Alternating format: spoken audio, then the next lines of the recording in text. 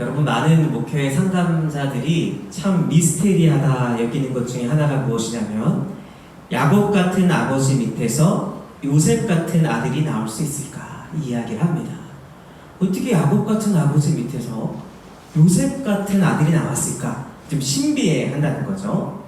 아버지 야곱에 비해 요셉은요 굉장히 신실합니다. 여러분, 아버지 야곱은요 현실의 문제 앞에서 인간적인 방법을 앞세우고 꾀부리고 경쟁하고 시기했던 사람입니다. 그런데 요셉은 그런 모습이 거의 보이지 않습니다. 순수하고 신실합니다. 그의 자란 배경을 보면요, 요셉이 자란 배경을 보면은 그 배경이 그렇게 쉽진 않아요. 온실속의 화초처럼 그저 사랑만 받고 자란 자녀가 아닙니다. 어린 나이에 어머니 라헬을 떠나 보내는 사별의 고통을 겪고 아버지 손에서 아버지 보호 아래서 자라나게 됐습니다. 그의 누나 디나는 성폭행 당하는 큰 아픔을 겪었고 그것을 요셉은 보고 그 고통을 느끼며 자랐습니다. 그의 복수, 디나의 복수를 하겠다고 형들이 세겜에 가서 수많은 사람들을 죽이고 노략질하는 모습도 봐야만 했습니다.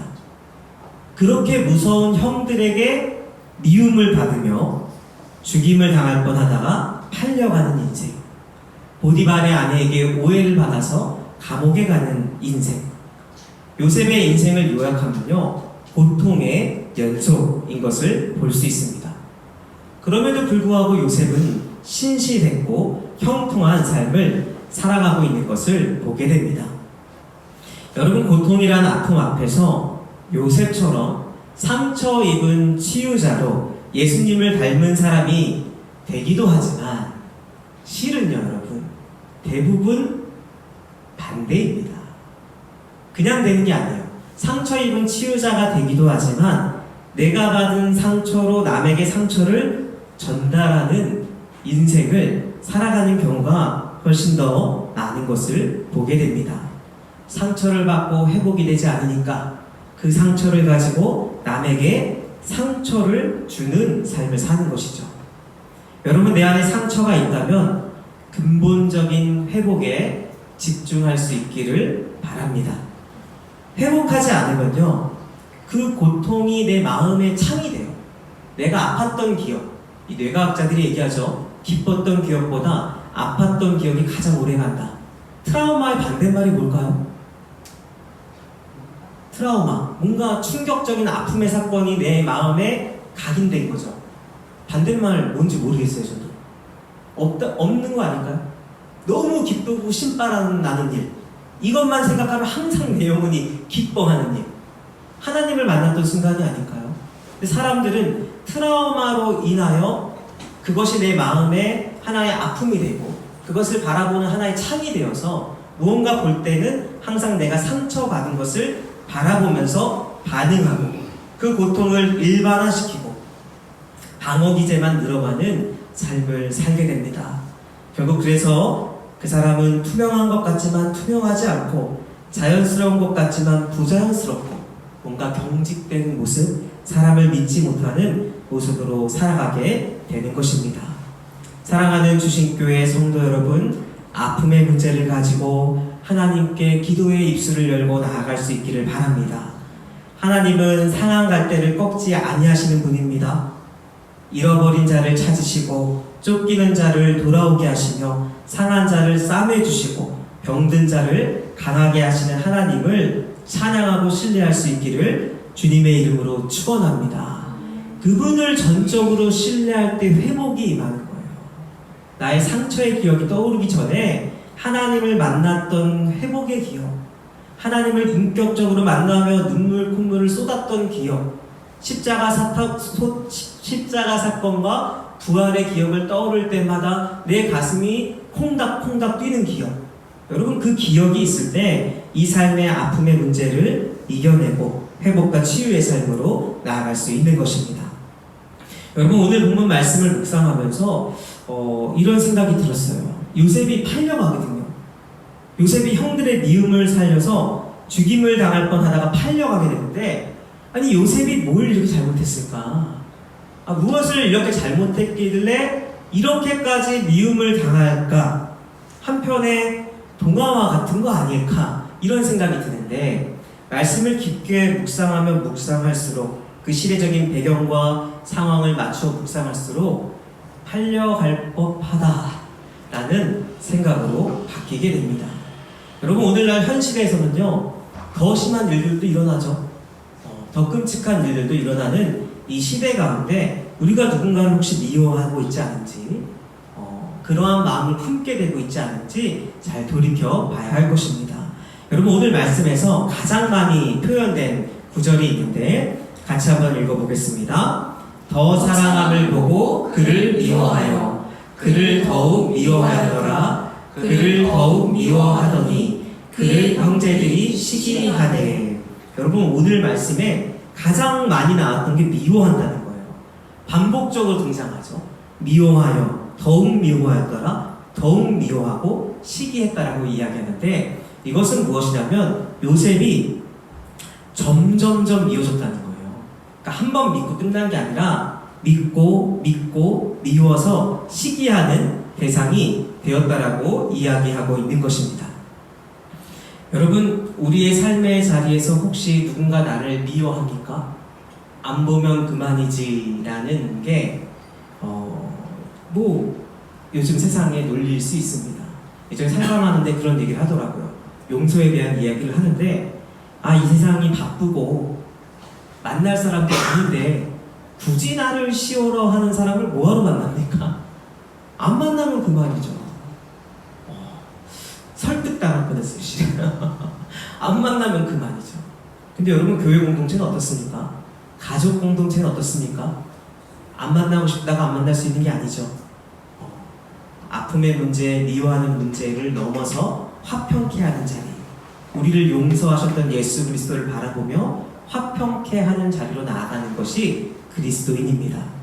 형들 안에서 요셉을 향한 분노가 쌓여갔는데 계속 미워하게 됐는데 그 첫 번째 이유가 무엇이냐면 야곱의 편애입니다. 야곱이 편애한 거예요. 요셉만 특별 대우를 한 것이죠. 자녀 양육을 하다 보면요, 편애가 굉장히 무섭습니다. 한 아이만 사랑합니다. 아들만 사랑해요. 요즘에는 딸만 사랑해요. 여러분, 이런 말 자체가 자녀들에게는 상처가 되고 자녀의 마음에 이 아픔을 남기는 표현들이기도 합니다. 편애하면 자녀들이 어떻게 행동하게 될까요? 편애하면 자녀들에게 생겨나는 게 뭐냐면 비교의식이에요. 비교하는 거죠. 이 사람보다 덜, 저 사람보다 덜, 나만 잘해줬으면 좋겠다라는 마음까지도 생겨나며 교만해지고 이기적으로 바뀌는 것이 편애입니다. 지난주에 말씀을 나눴던 것처럼 비교의식에 사로잡혔던 가인은 결국 아벨을 죽였고 사울은 결국 다윗을 죽이고자 했던 것처럼 비교의식은 아주 무서운 것입니다. 여러분, 그러면은 이 비교의식에 사로잡혔던 형들이 점점 더 요셉을 미워하게 됐던 것입니다. 여러분, 이러한 아픔의 문제는요, 항상 가까이 있는 사람에게 전달돼요. 내 안에 비교의식이 있고 시기가 있고 질투가 강하다 싶으면요, 내버려 두면 안 돼요. 여러분, 기도하셔야 됩니다. 내버려 두면 이게 어디로 갈까요? 가까운 사람한테 가는 거예요.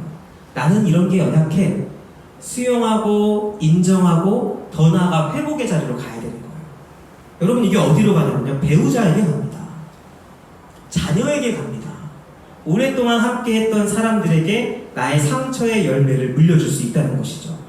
여러분, 믿음의 유산을 물려줘야지 상처의 열매를 물려주면 되겠습니까? 그렇기 때문에 우리가 소망하는 것은 회복이고 성장이고 성숙한 거예요. 성장하고 성숙한다는 것은 무엇이냐면 내가 사랑해야 할 사람들을 온전히 사랑할 수 있다는 거예요. 그리고 그 대상에는 내가 포함되어 있죠. 나를 용납하고 나를 사랑하고 많은 사람들과 하나님 나라를 이루어가는 열쇠가 되기도 합니다. 그리스도인은 비교하는 부분에 대해서 이 신경을 써야 하는데 야곱은 본인이 비교받았음에도 불구하고 야곱의 아버지 이삭과 리브가가 편애를 했죠. 이삭은 누굴 좋아했죠? 에서를 좋아했죠. 그리고 리브가는 야곱을 좋아했잖아요. 서로 편애했어요. 부부가 편애하면서 대하자 야곱이 어떻게 됐죠? 약올라 했어요. 축복받고자 했습니다. 이 축복받고자 했던 마음 가운데 야곱은 참 오랫동안 아파하고 힘들어했는데 그럼에도 불구하고 자신의 아들들에게 똑같이 하는 거예요. 신기하죠? 이게 신기한 것입니다. 야곱은 일정 부분 회복을 경험하기도 했어요. 근데 결국은 노년에 가서 똑같이 하는 것을 보게 됩니다. 우리 4절 말씀을 같이 읽도록 하겠습니다. 함께 읽겠습니다. 시작.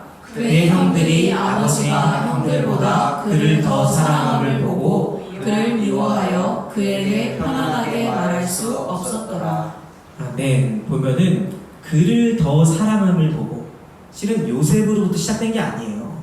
아버지가 그를 더 사랑하는 것을 보면서 요셉이 미워졌던 것입니다.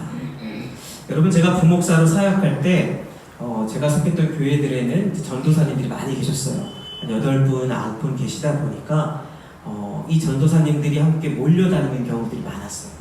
한 4분, 5분이 몰려다니죠. 근데 이 몰려다니는 분들이요, 분위기 메이커예요. 뭔가 얘기하면 막 웃어주고, 뭔가 막 이 분위기를 좋게 만들고, 일을 할 때에도 그분들한테 맡기면 뭔가 쉬워요. 잘 돼요. 똘똘 뭉쳐서 하니까. 근데 자세히 보니까, 얼핏 볼 때는 아주 훌륭하고 좋은 분들 같았는데, 자세히 보니까 4-5명에 속하지 않은 3명은 항상 힘들더라고요. 그 3명은 항상 힘들고 어려운 마음 가운데 있는 것을 보게 됩니다. 그래서 제가 한 번은 이렇게 이야기했어요. 너무 몰려다니지 마라. 너무 몰려다니니까 속하지 않은 사람들이 힘들 수 있다. 너무 몰려다니지 마라. 사각지대를 바라볼 수 있어야 된다. 얘기했더니 제가 부목사인데도 저를 불편해하더라고요. 이 몰려다니면서 이 대세가 되는 거예요. 힘이 실리는 겁니다. 실은 뭐 전도사님들 힘이 없잖아요. 힘이 없습니다. 그러니까 몰려다녀서 힘을 갖고 뭔가 누군가 얘기했을 때 더 큰 반응을 보이고, 자기가 싫어하는 사람이 얘기하면은 덜 반응을 보이는 거예요. 이 신종왕따 같은 거죠. 더 크게 칭찬해주고 덜 반응하는 거예요. 그리스도이니까 막 함부로는 못하죠. 하지만 그런 식으로 하는 모습들을 보면서 참 슬프고 사역하기 힘든 이 전도사님들의 상황을 또 보기도 했습니다. 여러분, 제가 오늘부터 매일같이 은지만 막 칭찬해요. 은지가 뭔가 말하면 대박, 진짜 너무 좋은 아이디어다, 최고다, 이렇게 얘기하는데 서연이가 얘기하니까 대답을 잘 안 해요. 그것도 괜찮겠다.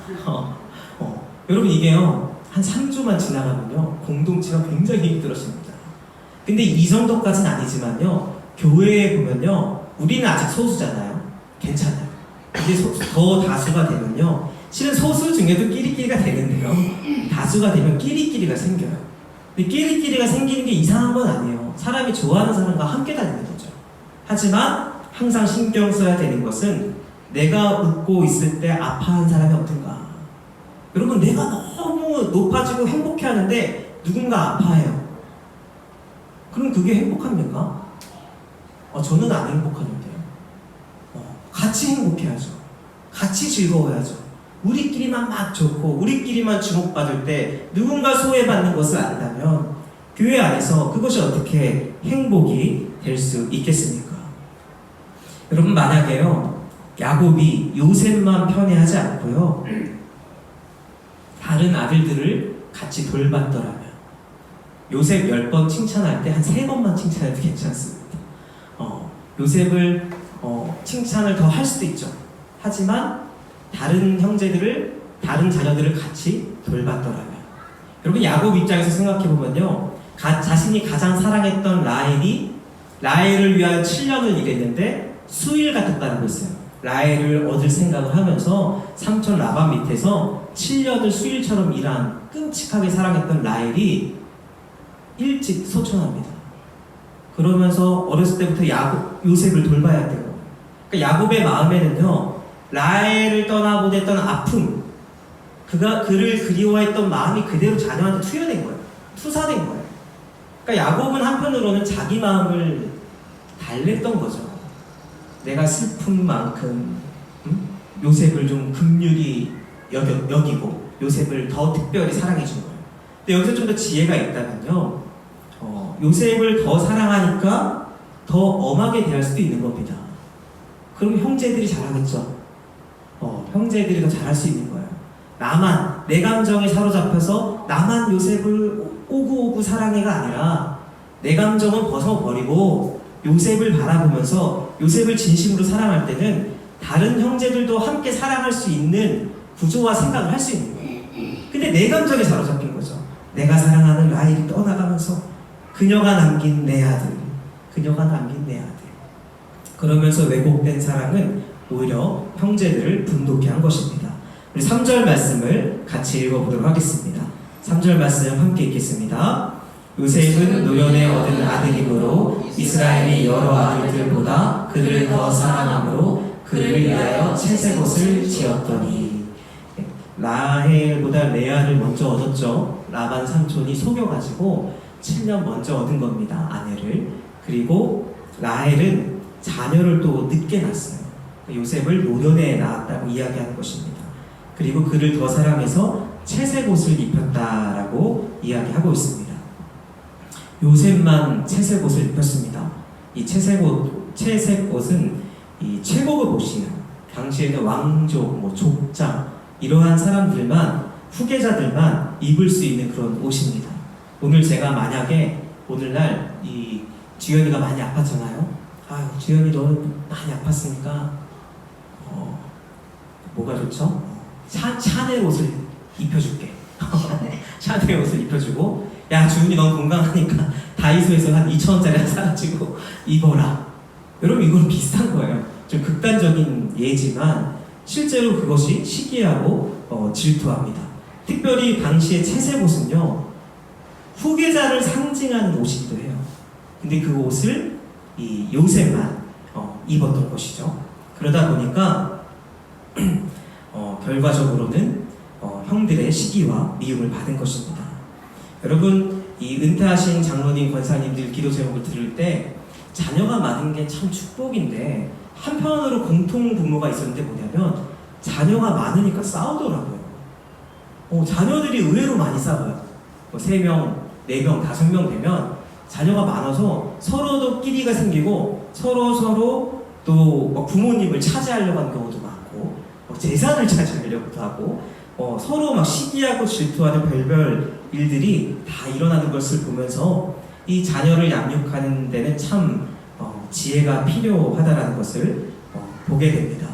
이 형평과 평등을 잘 이해하고 이 자녀들을 지혜롭게 대하는 것이 얼마나 귀한 것인가 생각해 보게 됩니다. 야곱이 에서가 축복받는다고 얼마나 약올라하고 꾀를 부렸습니까? 그의 아들들입니다. 채색옷을 홀로 입은 요셉을 보면서 그 형들은 굉장히 얄미워하고 미워했던 것입니다. 두 번째는 무엇이냐면 요셉의 미성숙한 반응 때문입니다. 우리 2절 말씀을 같이 읽겠습니다. 시작. 야곱의 족보는 이러하니라. 요셉이 17세의 소년으로서 그의 형들과 함께 양을 칠 때에 그의 아버지의 아내들 빌하와 실바의 아들들과 더불어 함께 있었더니 그가 그들의 잘못을 아버지에게 말하더라. 아멘. 여러분, 보면은 형들의 잘못을 아버지에게 말했다라고 이야기합니다. 형들이 잘못을 한 게 없는데 말한 게 아니라 잘못한 걸 말한 거예요. 그러니까 팩트를 전달한 것입니다. 팩트를 전달한 것이 무엇이 잘못인가 싶기도 하는데, 성경은 실은 사실을 전달하기보다 진실된 언어 생활에 대한 중요성을 많이 이야기합니다. 공동체 안에서 지혜자와 빨리 의논을 하고 해결해야 할 문제, 공동체를 해야 할 문제에 대해서는 빨리빨리 함께 이야기하고 함께 풀어가야 할 문제들도 있지만, 이 문제에 대해서는 내가 지금 말하기보다는 좀 기다려야 할 때도 있고 침묵해야 할 때들도 있고 형들이 직접 얘기할 수도 있잖아요. 그러한 부분들이 있는 것입니다. 그래서 성경은 경우에 합당한 말은 아로새긴 은쟁반의 금사가라고 해요. 딱 알맞다라는 거죠. 그러한 알맞은 말에 대한 지혜를 구하라고 하는 것입니다.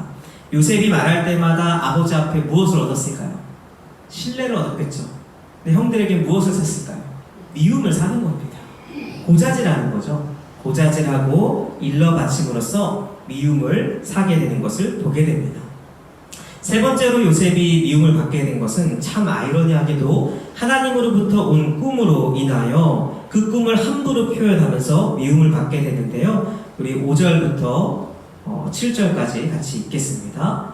함께 읽겠습니다. 시작. 요셉이 꿈을 꾸고 자기 형들에게 말하매 그들이 그를 더욱 미워하였더라. 요셉이 그들에게 이르되 청하건대 내가 꾼 꿈을 들으시오. 우리가 밭에서 곡식단을 묶더니 내 단은 일어서고 당신들의 단은 내 단을 둘러서서 절하더라. 8절도 읽겠습니다. 그의 형들이 그에게 이르되 내가 참으로 우리의 왕이 되겠느냐 하고 그의 꿈과 그의 말로 말미암아 그를 더욱 미워하더니.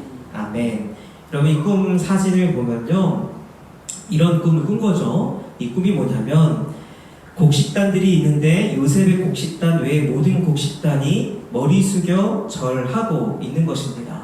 여러분 당시에만 해도요, 후계자, 축복받는 것, 이것에 대해 굉장히 예민할 때인데 이 꿈을 꾸고 나서 이것을 형들에게 이야기한 거예요. 그러니까 형들이 그래 너가 후계자구나, 너가 축복받는구나 하면서 더 아프고 더 미워하는 마음을 품게 된 것입니다. 여기서 끝나지 않고 요셉은 또 꿈을 꿉니다. 이 꿈은 하나님으로부터 온 것이에요. 그럼에도 불구하고 지혜롭게 표현하지 않았을 때 나타났던 현상으로 볼 수 있는데요. 우리 9절 10절 말씀 같이 읽겠습니다. 요셉이 다시 꿈을 꾸고 그의 형들에게 말하여 이르되 내가 또 꿈을 꾼즉 해와 달과 11별이 내게 절하더이다 하니라. 그가 그의 꿈을 아버지와 형들에게 말하매 아버지가 그를 꾸짖고 그에게 이르되 내가 꾼 꿈이 무엇이냐? 나와 내 어머니와 내 형들이 참으로 가서 땅에 엎드려 내게 절하겠느냐? 아멘. 두 번째 꿈은 무엇이냐면 이미지를 보시면 별뿐만 아니라 해와 달도 있는 거예요. 이 해와 달이 누굴까요? 엄마 아빠예요. 당시에 어머니 아버지의 권위, 지금도 마찬가지입니다. 어머니 아버지의 권위는 해와 달의 권위와 같았어요. 하나님이 주신 부모님이시고 하나님의 권위를 위탁받은 부모님이셨어요. 근데 그러한 엄마 아빠까지도 이제는 요셉에게 절하고 있는 거예요. 이때 처음으로 야곱이 이제 화를 냅니다. 진작에 좀 내지. 자기가 아마 들어가서 그랬나요? 야곱이 처음으로 이제 화를 냅니다.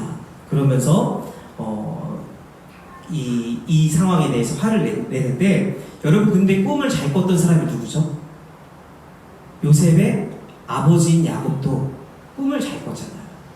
그러니까 실은 형이나 아버지나 알고 있었던 거예요. 아버지가 베델에서 하늘에 오르는 사닥다리, 천사들이 오르락내리락 하는 거를 아들들이 얼마나 많이 들었을까요? 근데 요셉이 또 꿈 꿨다는 거예요. 하나님이 주신 꿈. 그래서 형들은 시기하죠. 근데 아버지는 뭐라고 하죠? 간직했더라 하잖아요. 그것을 하나님이 요셉을 쓰겠구나 하면서 그의 형들은 시기하되 그의 아버지는 그 말을 간직해 두었더라 이야기하는 것을 볼 수 있습니다. 여러분 무분별한 꿈, 이 꿈을 무분별하게 나눔으로써 이 요셉은 미움을 더욱더 사게 됐던 것입니다. 여러분 하나님께서 주신 꿈과 비전이 있습니까?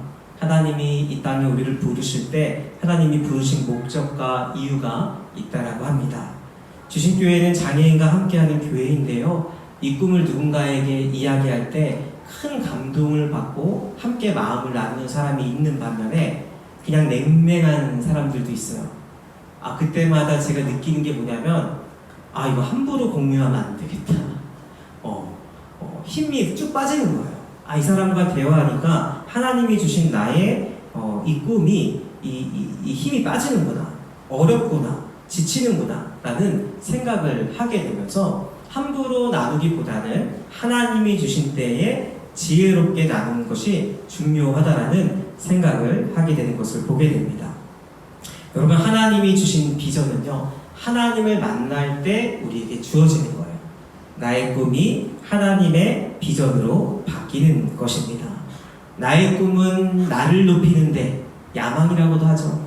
내가 높아지고자 하는 것이 야망이라고 한다면 하나님을 높이고자 하는 것이 비전입니다. 공부해서 남줍니까? 지영아, 공부해서 남주나? 근데 지금 공부해서 남주기 위해서 공부해요. 공부하는데 남준다는 건 어떤 의미냐면 하나님이 나를 공부케 하시고 이 공부한 하나님이 나를 지은 목적을 가지고 이 땅 가운데 이로운 삶을 살아갈 때 하나님이 너를 높여주시고 하나님이 축복해 주시고 형통한 길로 인도해주고 야망이라는 것은 내가 높아지려고 발버둥 치면서 모든 사람을 짓밟는 거지만 비전이라는 것은 하나님으로부터 온 것이고 하나님 안에서 꿈꾸면서 하나님이 나를 높여주시고 나는 다른 사람들을 섬기는 것입니다. 그러한 은혜가 우리 주신교회 가운데 넘쳐날 수 있기를 주님의 이름으로 축원합니다. 여러분, 그래서 우리가 이 울림과 어울림, 하나님의 말씀의 울림이 있을 때 어울림, 장애인 사역에 대한 부분을 품고요, 탐방도 가고 또 이번 주에는 특별히 이 장애인 특강이 있습니다. 오늘부터 서연이가 이따 할 텐데 호응을 해주셔야 됩니다. 얼마나 귀합니까? 하나님이 주신 꿈을 가지고 이제는 그 분야를 또 공부하면서 발표하는 것까지 하게 되는 것을 보게 됩니다. 예전에 은지랑 이런 이야기를 나눴습니다. 어떤 얘기냐면 작년, 재작년까지만 해도 은지가 이제 로스쿨을 준비하잖아요. 공부할 게 많으니까 교회에서 하는 사역들에 대해서 참여하고 싶어도 못하는 거예요. 근데 막 다른 아이들은 막 제자역이 은혜로웠다, 너무 좋았다, 교육은 좋았다 얘기를 들으니까 인간적인 마음으로 나도 하고 싶은데 못하니까 느끼는 마음이 있지 않겠습니까? 근데 올해 한 가지 변화가 있었다고 한다면 올해도 역시 하반기 때는 시험 보기 전에는 거의 못 왔는데 어떤 게 생겼냐면 그전에는 나만 참여 못하니까 속상하고 원망까지는 아니어도 속상한 마음이 있었는데 지금은 고마운 마음으로 바뀌었다는 거예요. 왜 그럴까요? 이 교회의 비전을 하나님 주셨는데 장애인과 함께하는 사역에 대한 비전을 이루어갈 때 은지의 개인 비전도 있잖아요. 그 비전 때문에 참여하지 못할 때 다른 친구들, 민석이랑 서연이랑 현재가 섬겨주니까 오히려 감사하고 고마움을 전하는 것을 느낄 수 있었습니다. 예전에는 원망했는데 지금은 고마움으로 바뀔 수 있었던 것은 비전이 있기 때문입니다. 잠언 29장 18절 말씀인데요. 묵시가 없으면 백성이 방자히 행하거니와 율법을 지키는 자는 복이 있다라고 합니다. 여기서 묵시가 비전입니다. 비전이 없으면 방자히 행하지만 비전의 사람에게만 주시는 하나님의 은혜가 있는 것입니다. 요셉은 미움받으면서 힘들고 어려운 순간들이 참 많았지만 무엇보다도 비전의 사람이었어요. 하나님의 꿈을 꾸는 사람이었습니다. 교회는 그리스도의 뭐죠, 여러분? 교회의 머리가 예수 그리스도고 교회는 그리스도의 몸이에요. 몸된 우리는 머리 대신 예수님의 꿈을 꿈꾸는 자들이고요. 몸된 우리가 머리가 되어서 막 내 맘대로 가는 게 아니라 몸된 우리는요, 주님의 꿈을 꿈꾸며 살아가는 사람들입니다. 야곱이 요셉의 꿈을 가슴에 간직했던 것처럼 교회는 예수님의 꿈을 마음에 간직하고 섬기고 헌신하는 것입니다. 여러분, 이것은 그냥 내 감정이 무조건 즐거운 거랑은 아무 상관이 없습니다. 즐거울 수도 있죠. 주님 안에 있으니까 즐겁고 기쁘기도 하지만 때로는 인내해야 합니다. 하나님으로부터 온 것이라고 확신한다면 묵묵히 주님과 함께 걸어가야 할 때가 있습니다. 한 가지 확실한 건 뭐냐면 주님과 함께 걸어간다는 거예요. 주님과 함께 걷지 않고 나 혼자 걷는 것이 아니라 주님과 함께 걸어간다는 거. 요셉은 주님과 함께 걸어가며 복되고 형통한 삶을 살아가게 되었습니다. 사랑하는 주신교회 성도 여러분, 주님과 동행하며 형통함을 누리는 복된 인생 되기를 주님의 이름으로 축원합니다. 아멘.